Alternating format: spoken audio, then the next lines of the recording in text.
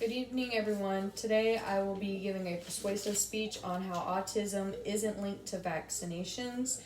Before I start my speech, I'd like to show my professor, everyone in my speech. And there should be 10 people. I'm just unable to move the rest down. Okay.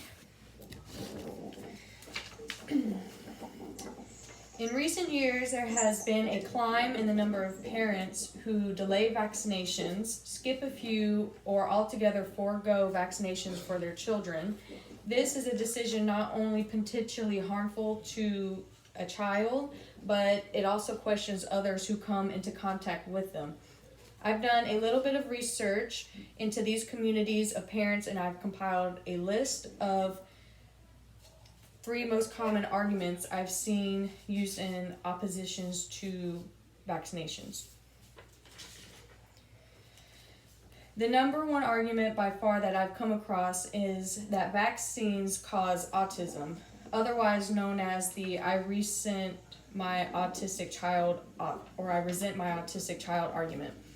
This has been popularized by celebrities across the board, most notably Jenny McCarthy. And Jenny McCarthy has been quoted as saying, "If you ask a parent of an autistic child if they want the measles or autism, we will stand in line for measles."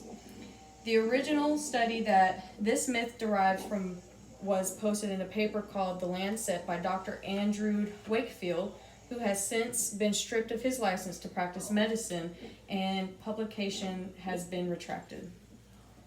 After the publication, it was found that Wakefield was being paid by a group of lawyers who was representing families suing vaccine manufacturers.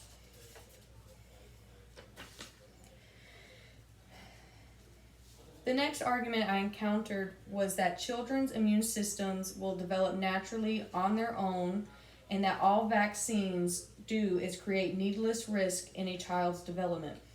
The NHS lists the common side effects brought on by vaccines, and they are quite mild. Some include headache, mild fevers, and even can show physical form like a smallpox vaccination, for example. Although allergic reactions occur in less than 1 in a million cases, they do happen. However, a child is more likely to catch a preventable disease than to have an allergic reaction to a vaccination. These diseases can be deadly or affect a child for the rest of their life. The final argument I came up upon my claims that a parent should have the right to choose what's right for their child, but the fact of the matter is that they aren't just choosing for their child, they're choosing for everyone around them. So basically every person who interacts with their child, whether it be daycare, school, work, future reference basically. And it could also be putting them at risk for major health issues or even death. According to the Center for Disease Control, or CDC, vaccinations work by allowing the immune system to learn how to fight off a germ by introducing small amounts of weak or dead germs into the immune system. This trains the immune system to better fight off the germ if a vaccinated person encounters it in their life. When everyone who can be vaccinated against certain diseases, is that group of people are very unlikely to have an outbreak.